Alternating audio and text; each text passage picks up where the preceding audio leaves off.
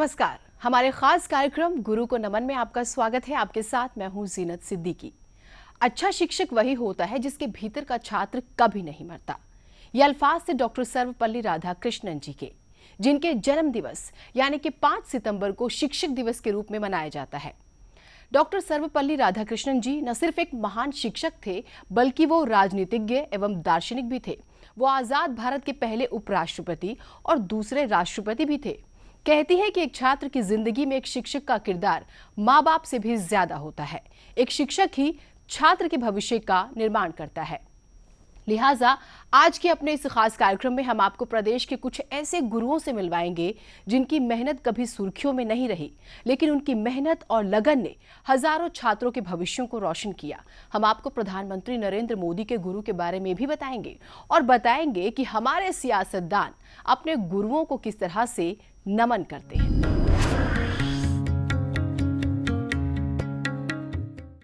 एक गरीब झुग्गी में रहने वाले बच्चे ने चोरी की। कुछ लोगों ने उसे पीटना शुरू कर दिया, लेकिन उस बच्चे की जिंदगी को बेहतर बनाया जा सकता है शिक्षा के जरिए।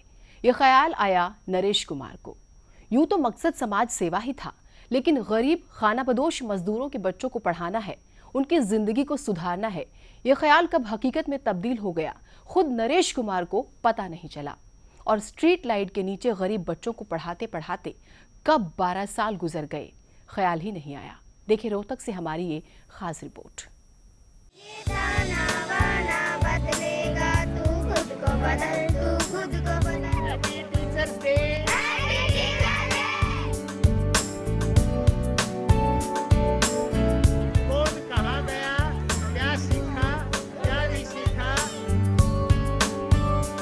एक गरीब मजदूर के बच्चे ने चोरी की तो लोगों ने पकड़कर उसे पीटना शुरू कर दिया।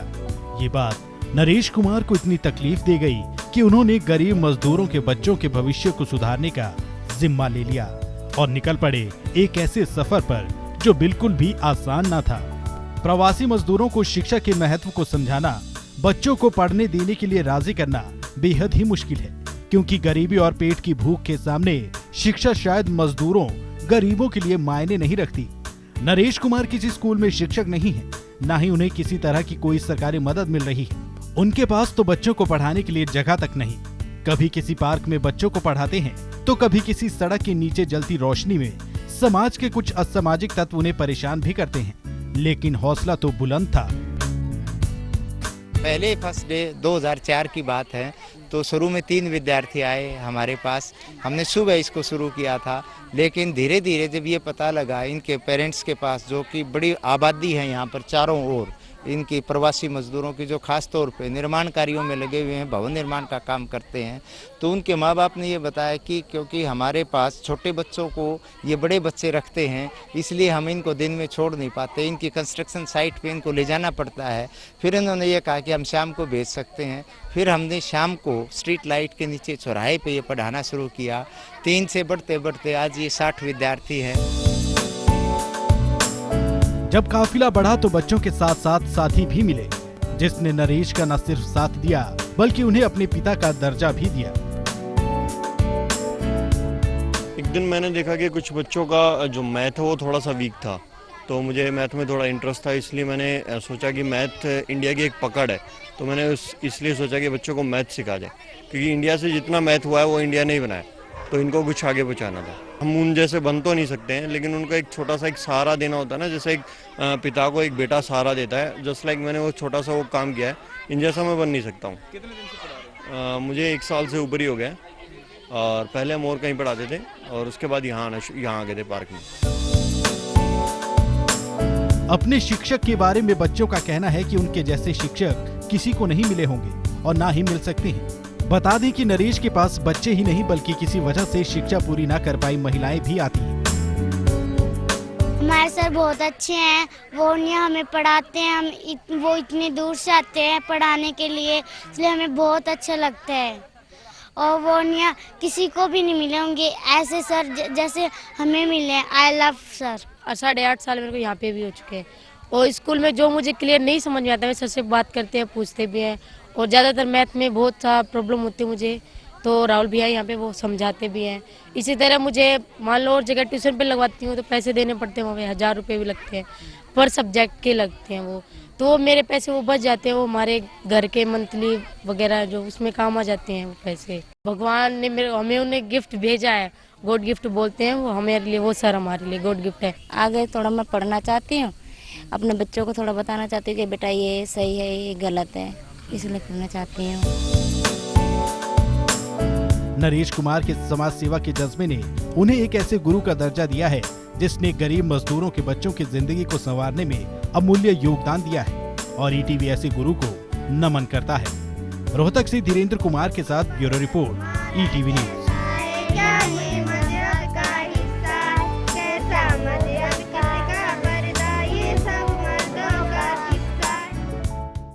यूं तो गरीब बच्चों की तरफ कोई ध्यान नहीं देता, लेकिन गुड़गांव की स्नेहलता हुड्डा इस तरह के लोगों से कोसों दूर थी। उन्हें तो सुकून ही इन बच्चों के साथ मिलता था। इन बच्चों की जिंदगी को संवारते संवारते वो कब स्नेहलता हुड्डा से गौरव मां बन गई, उन्हें खुद पता ही नहीं चला।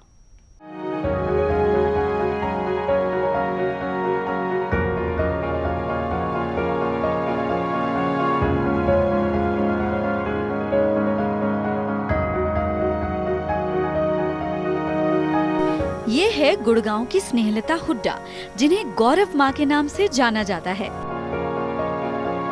स्नेहलता हुड्डा गुड़गांव में गोल्फ कोर्स रोड पर गौरव निकेतन नाम से एक स्कूल चला रही हैं, जहां सेक्टर 53, 54, 56, डीएलएफ फेज 1 और हुड्डा सिटी सेंटर इलाकों की झुग्गियों में रहने वाले तकरीबन 500 बच्चों को शिक्षित किया जा रहा है। गौरव मां पेंशन के पैसों से निकेतन को चलाती हैं। आसपास के लोग अपनी इच्छा से उनकी मदद कर देते हैं, पर ये सफर इतना आसान नहीं था। झुग्गी झोपड़ी में रहने वाले लोगों को राजी कराना, प्रवासी मजदूरों के बच्चों को तालीम देने के लिए राजी करना बेहद मुश्किल था, लेकिन उनकी जिद ने एक बड़े बदलाव को जन्म दिया। सिर्फ गरीब बच्चों की ही नहीं, वो अस्पताल में मरीजों की भी मदद करती हैं। 5 डे वीक रखा था, अब 5वां दिन मेरा खाली रहता है, क्योंकि लोग आते हैं जो नेक दिल हैं, वो सामान मेरे को ला के दे जाते हैं। मनी मैंने पकड़ी नहीं किसी से। उसके बाद क्या हुआ, अब सैटरडे को मैं सरकारी हॉस्पिटल में, सरकारी अस्पताल में अपनी सेवा देने चली जाती हूँ मरीजों। मोस्टली कुछ बिस्किट लेगी, कभी केले लेगी, चिल्ड्रन वार्ड में जाती हूँ डायरेक्ट, पहले उनको वो दे के आती हूँ चिल्ड्रन वार्ड में, और सबको देखती हूँ बच्चों को, भाई किसको मेरी ज़रूरत है, किस चीज़ की ज़रूरत है, मैं फिर उनकी हेल्प करती हूँ। अगर किसी के साथ लाइन में लगना होता है तो मैं उसकी जगह पे लाइन में लग जाती हूँ, वो दूसरी जगह से दवाई ले आता है। इस तरह से मैं उनकी हेल्प करती रहती हूँ। किसी ने पूछा, जैसे भागते भागते आए, कुत्ते ने काट लिया, कहाँ जाएँ, मैंने कहा चलो। इस नेक कोशिश को देखते हुए जहां बेटी ने भी अपनी मां का साथ दिया, तो वहीं आस पड़ोस के लोग भी गौरव मां का साथ दे रहे हैं। झोपड़ियों में she used to go slums में, और बच्चे वो खेल रहे होते थे, जुआ हुआ खेलते थे बच्चे, और कुछ रैग पिकर्स थे, कूड़ा चुन रहे होते थे, तो मम्मा उनके पास जाती बोलती पढ़ने के लिए, तो उनको बड़ा फ़नी लगता था कि मतलब पढ़ना ये कौन सा, हमें तो पैसा कमाना है। कोई भी इंटरेस्टेड नहीं था, वो तो जा के वहाँ उनके बैठ जाती थी स्लम्स में कि नहीं मुझे पढ़ाना है। इनको इस तरह से ब्राइब भी करती थी मम्मा कि मैं खाना भी दूँगी, इनको कपड़े भी दूँगी, बुक्स तो ऑब्वियसली हम प्रोवाइड कर ही रहे हैं, बुक्स, बैग्स, एवरीथिंग, और लंच भी। तो थोड़ा लालच दे के धीरे धीरे 2-4 आए। शी स्टार्टेड विद 6-7 किड्स, उसके बाद आज 250, रिटर्न में तो इट इज़ अराउंड 500, पर क्योंकि मूवेबल चाइल्ड हैं, बिल्डिंग्स बन रही हैं, तो ये यहाँ रहते हैं 2 साल 3 साल, देन दे शिफ्ट, तो रिटर्न में तो अराउंड 500 स्टूडेंट्स हैं हमारे पास। वहीं बच्चों ने बताया कि निकेतन में न सिर्फ पढ़ाई बेहतर है, बल्कि गौरव माँ बच्चों को बहुत प्यार करती हैं। मैम ने हम लोगों को बुलाया और कहा कि आप लोग पढ़ोगी, तो हमने कहा हाँ। मैम ने कहा हमारे जैसे बनोगी, तो हमने कहा जी हम बनेंगे। तो बस हम उसी दिन से यहाँ पे आने लगे। यहाँ पे मतलब पढ़ाई होती है, बहुत अच्छी होती है, और मतलब जब मैं अपने गांव में पढ़ती थी तो यहाँ वैसे पढ़ाई नहीं होती थी। अपने गांव में मैं 5 तक पढ़ती थी, पर मुझे कुछ नहीं आता था वहाँ पे। जब से मैं यहाँ पे आई तो मैम लोगों ने जब पढ़ाया तो हमें यहाँ पे कुछ बहुत कुछ आने लगा है। गौरव माँ की मेहनत भले ही सरकार और प्रशासन को न दिखी हो, लेकिन ईटीवी भी गौरव माँ को सलाम करता है। तिनका तिनका चुनकर पक्षी अपना घरौंदा तैयार करता है। कुछ ऐसी ही कहानी है गौरव माँ की। गौरव माँ ने रेत पर सिखाते हुए कैसे किताबों तक का सफर तय किया और बच्चों को उच्च शिक्षा दी। पूरे शिक्षक समाज के लिए गौरव माँ एक मिसाल पेश कर रही हैं। कैमरा पर्सन सुनील पूनिया के साथ कविता बिश्नोई, ईटीवी न्यूज़। जन्म हुआ सियालकोट में, मुल्क के बंटवारे के बाद आकर बसी पंजाब में। गांधी जी के साथ चरखा भी काता। विनोबा भावे जी के कहने पर मेवात में आकर रहने लगी और फिर यहीं की हो गई। मेवात के बच्चों की जिंदगी को सुधारने का जिम्मा अपने कांधों पर ले लिया। उम्र का आंकड़ा भले ही 75 पार कर गया हो, लेकिन जज्बा कहाँ किसी आंकड़े का मोहताज होता है। आइए आपको मिलवाते हैं मेवात की बलवंत देवी जी से।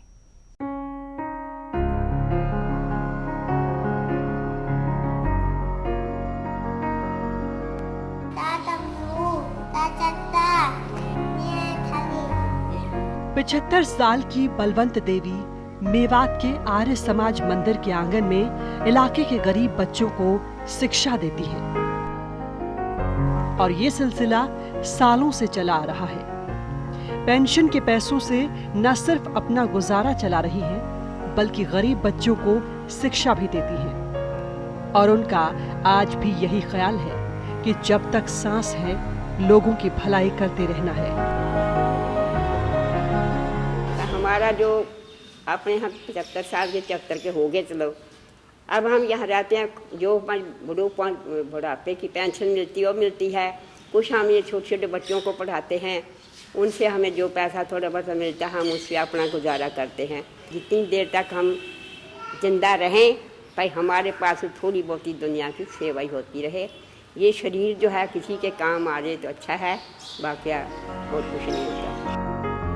1941 में सियालकोट में जन्मी बलवंत देवी ने गांधी जी के साथ चरखा भी काता है और तो और चाचा नेहरू, विनोबा भावे, सत्यम भाई जैसे महापुरुषों, स्वतंत्रता सेनानियों को करीब से देखा और उनसे बहुत कुछ सीखा है। हालांकि वो सरकारों के रवैये से खासा नाराज है। उनका कहना है कि सरकारें कुर्सियों के लिए हैं, लोगों की भलाई के लिए नहीं। पहले यही होता था कि वो मोहब्बत से आके पूछते थे हमें से कुछ चाहिए। पहले की गवर्नमेंट ये थी। अब ये सरकारें हैं, अब सरकार जो है मोहब्बत की नहीं है तो कुर्सी की है, नोटों की है। अब वो सेवा भाव जो है 4 साल हमने काम करा इस मेवात में। मेवात के जो लोग हैं उनसे हमारा खूब प्रेम बना रहा। हैरानी की बात है कि समाज के लिए अपनी जिंदगी कुर्बान करने वाली बलवंत देवी को सरकारें नजरअंदाज करती रही, लेकिन ईटीवी उन्हें तहे दिल से नमन करता है। मेवात से कासिम खान के साथ ब्यूरो रिपोर्ट, ईटीवी न्यूज़।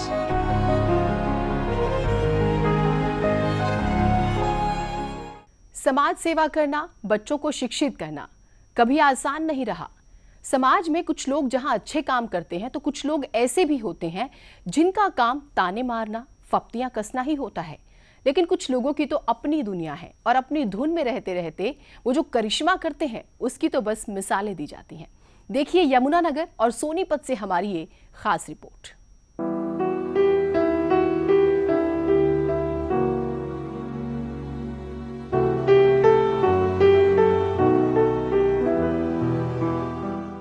ये हैं यमुनानगर के गुरु नानक गर्ल्स कॉलेज की लेक्चरर रितु।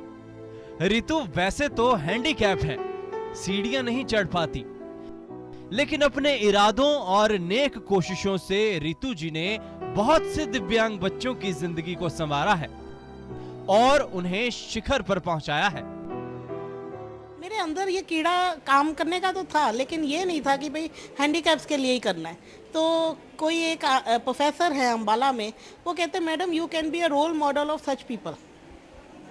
उन्होंने मुझे बहुत प्रेरणा दी और उसका नतीजा ये है कि आज मेरी अपनी एनजीओ है और मैं अब सिर्फ इन्हीं के लिए डेडिकेटेड काम करती हूँ।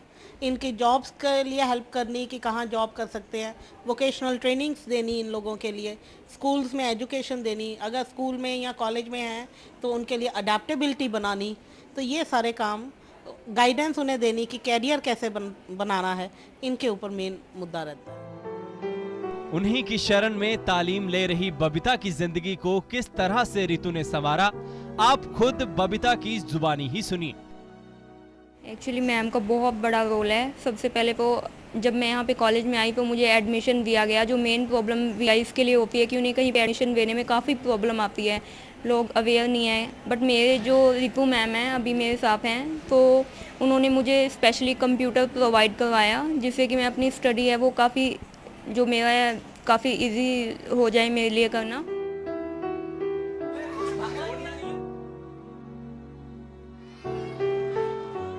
ये तो हुई यमुनानगर की बात। अब आपको सोनीपत के कुछ नौजवानों से मिलवाते हैं। सोनीपत के मूर्थल में स्थित दीनबंधु विश्वविद्यालय में ये नौजवान, जो खुद भी अभी पढ़ते हैं, साल 2012 से सवेरा नाम का एक स्कूल चलाते हैं, जहां गरीब तबके के बच्चों को तालीम दी जाती है। और खुशी की बात यह है कि इनमें से कुछ बच्चों का नवोदय विद्यालय में भी दाखिला हुआ है। हमारी एक कम्युनिटी सर्विस है जिसमें करीब 200 विद्यार्थी जो गरीब तबके के हैं और मेहनतकश मजदूर लोगों के हैं, जो यूनिवर्सिटी में भी जो मजदूर काम कर रहे हैं और आसपास की कॉलोनीज हैं, उनके बच्चे हैं। और छठी क्लास से लेकर 12वीं क्लास तक के बच्चों को हमारे यहाँ एक वॉलंटियर्स की एक टीम है, जो स्टूडेंट वॉलंटियर्स हैं बीटेक एमटेक के। करीब 60 बच्चों ने एक ग्रुप बना रखा है, जो इन बच्चों को अलग अलग सब्जेक्ट्स में शिक्षा प्रदान करते हैं। यहाँ हम बच्चों को नवोदय और जो स्कूल में पढ़ाते हैं उनकी भी तैयारी करवाते हैं। इस बार नवोदय में हमारे 6 बच्चों का सिलेक्शन हुआ है और हम कोशिश कर रहे हैं कि ज़्यादा हम अपनी इसको ज़्यादा ऊपर तक लेके जाए। तो बात हम यमुनानगर की रितु की करें या फिर सोनीपत के नौजवान शिक्षकों की, इनके हौसलों से तालीम की रोशनी गरीब और दिव्यांग लोगों के घरों तक पहुंच रही है, जो कि समाज के लिए वाकई एक मिसाल है। यमुनानगर से तिलक भारद्वाज और सोनीपत से जयदीप राठी के साथ ब्यूरो रिपोर्ट, ईटीवी न्यूज। यहाँ रुक रहे हैं एक छोटे से ब्रेक के लिए। ब्रेक के बाद आपको प्रधानमंत्री नरेंद्र मोदी के गुरु से मिलवाएंगे, तो वहीं हमारे खिलाड़ियों की जिंदगी में गुरु का क्या किरदार है वो भी आपको बताएंगे।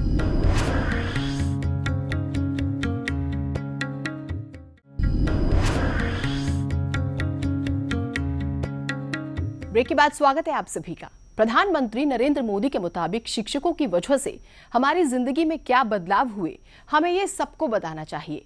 हमें हमारे शिक्षकों का गौरव बढ़ाना चाहिए।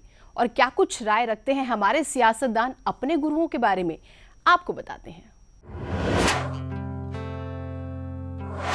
मेरे एक शिक्षक, अब उनकी 90 साल की आयु हो गई, आज भी हर महीने उनकी मुझे चिट्ठी आती है, हाथ से लिखी हुई चिट्ठी आती है। महीने भर में उन्होंने जो किताबें पढ़ी हैं उसका कहीं न कहीं जिक्र आता है, कोटेशंस आता है। महीने भर मैंने क्या किया, उनकी नजर में वो ठीक था नहीं था। जैसे आज भी मुझे क्लासरूम में वो पढ़ाते हो, वे आज भी मुझे एक प्रकार से कॉरेस्पॉन्डेंस कोर्स करा रहे हैं। और 90 साल की आयु में भी उनके जो हैंडराइटिंग्स हैं, मैं तो आज भी हैरान हूं। इस अवस्था में भी इतने सुंदर अक्षरों से वो लिखते हैं, और मेरे स्वयं के अक्षर बहुत ही खराब है। आपके शिक्षकों से आपके जीवन में जो कुछ भी अच्छा हुआ है, अगर दुनिया को बताएंगे तो शिक्षक के प्रति देखने के रवैये में बदलाव आएगा, एक गौरव होगा। और समाज में हमारे शिक्षकों का गौरव बढ़ाना हम सबका दायित्व है। किसी भी व्यक्ति के निर्माण में जो भूमिका एक शिक्षक की होती है, क्योंकि माता पिता के बाद एक शिक्षक का ही रोल होता है। गुरुर् ब्रह्मा गुरुर्विष्णु गुरुर्देव महेश्वरा गुरुर साक्षात पार ब्रह्म तस्मै गुरुवे नमः। ये भारतीय परंपरा रही है। गुरु के प्रति एक आदर का भाव रहा हुआ है। अध्यापक का हमेशा सम्मान रहा है, ये रहेगा। मेरा तो जीवन गुरुओं से ही निर्मित है, और मैं सोच रहा हूँ कि उनके प्रति कृतज्ञता व्यक्त करने के लिए मेरी एक पुस्तक आए, मेरी राह के दीप है। गुरु गोविंद दोनों खड़े, काहे लाहूं पाओ पाए, बलिहारी गुरुदेव पे जिसने गोविंदियो दिखाए। जो सच्चा गुरु है वो तो उनका स्थान तो सबसे ऊंचा है। अगर शिक्षक ना होते तो फिर मान करके चलो आज हम जिस जगह पे खड़े हैं फिर इस जगह पे कोई भी व्यक्ति खड़ा नहीं हो सकता था। गुरु गोविंद दो खड़े, काके लागू पाए, बलिहारी गुरु आपने जिंदगी दिखाए।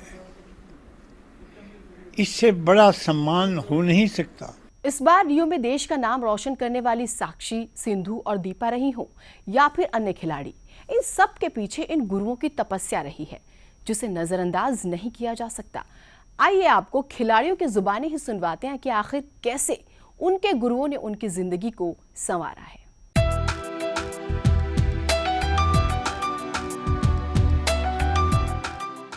खेल जगत में भी गुरुओं का बड़ा किरदार है जो अपनी तपस्या से हमारे लिए ऐसे खिलाड़ी तैयार करते हैं जो देश के लिए मेडल जीतते हैं।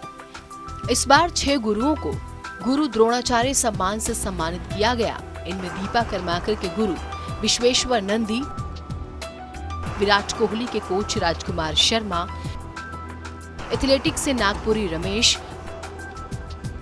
बॉक्सिंग से सागर मलधियाल, स्विमिंग में प्रदीप कुमार को स्विमिंग के लिए लाइफ टाइम, जबकि महावीर सिंह को रेसलिंग के लिए लाइफ टाइम द्रोणाचार्य अवार्ड से सम्मानित किया गया। खेल के क्षेत्र में एक गुरु कितना अहम है, आपको खिलाड़ियों की जुबानी सुनवाते हैं। टीचर हमें मोटिवेट करते जाते हैं, हाँ सिखाती हैं ABC से लेके आगे तक वो ही बढ़ाती हैं हमें, और टीचर्स का हमारी लाइफ में बहुत ज़्यादा महत्वपूर्ण रोल है। गुरु की बहुत ज़्यादा इम्पोर्टेंस होती है क्योंकि बिना गुरु के हम कुछ भी नहीं सीख सकते या एक अच्छे लेवल तक नहीं जा सकते। हमारे शिक्षकों का कितना बड़ा किरदार है हमारी जिंदगी में, इसका अंदाजा लगाना बेहद ही मुश्किल है। हमारे समाज में अलग मुकाम हासिल करने वाले लोग शिक्षकों के बारे में क्या सोचते हैं, आपको वो भी सुनाते हैं। टीचर्स डे के दिन सिर्फ टीचर्स को याद ना करें, टीचर्स डे की अहमियत, गुरु की अहमियत, जैसा कबीर ने भी बोला है, गुरु की अहमियत उससे बड़ा कोई नहीं है। गुरु का और शिष्य का संबंध सबसे मधुर संबंध है, पर अंतराल में हम ये देख रहे हैं कि इस संबंधों में कुछ बदलाव आ गया है। ब्लैक कलर यानी कि काला रंग भावनात्मक रूप से बुरा होता है, लेकिन हर ब्लैक बोर्ड विद्यार्थियों की जिंदगी को ब्राइट बनाता है। ये कहना था डॉक्टर अब्दुल कलाम जी का, जिन्होंने आखिरी सांस भी बच्चों को पढ़ाते हुए ही ली। देश कलाम साहब को और शिक्षा के क्षेत्र में उनके योगदान को कभी नहीं भूलेगा। आपकी जानकारी के लिए आपको बता दें कि विश्व में शिक्षक दिवस का आयोजन 5 अक्टूबर को होता है, तो कई मुल्कों में अलग अलग तारीखों पर शिक्षक दिवस मनाया जाता है। ऑस्ट्रेलिया में शिक्षक दिवस अक्टूबर के अंतिम शुक्रवार को मनाया जाता है, भूटान में 2 मई को, तो ब्राजील में 15 अक्टूबर को, कनाडा में 5 अक्टूबर, यूनान में 30 जनवरी, मैक्सिको में 15 मई, पराग्वे में 30 अप्रैल और श्रीलंका में 6 अक्टूबर को शिक्षक दिवस मनाया जाता है।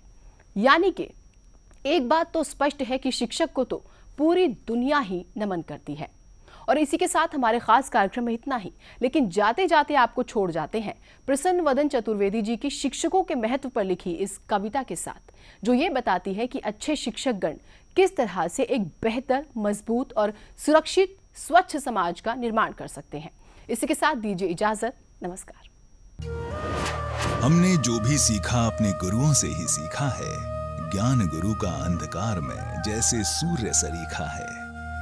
कदम कदम पर ठोकर खाते, शिक्षा अगर नहीं होती, खुद को रास्तों पर भटकाते। शिक्षा अगर नहीं होती, आगे बढ़ने का पथ हमको शिक्षक ही दिखलाते हैं। सही गलत का निर्णय करना शिक्षक ही सिखलाते हैं। शिक्षक क्या होते हैं सबको आज बताने आया हूँ। मैं सारे शिक्षक गण का आभार जताने आया हूँ। शिक्षा अगर सही मिलती तो भ्रष्टाचार नहीं होता। नेताओं अधिकारी गणों का ये व्यवहार नहीं होता।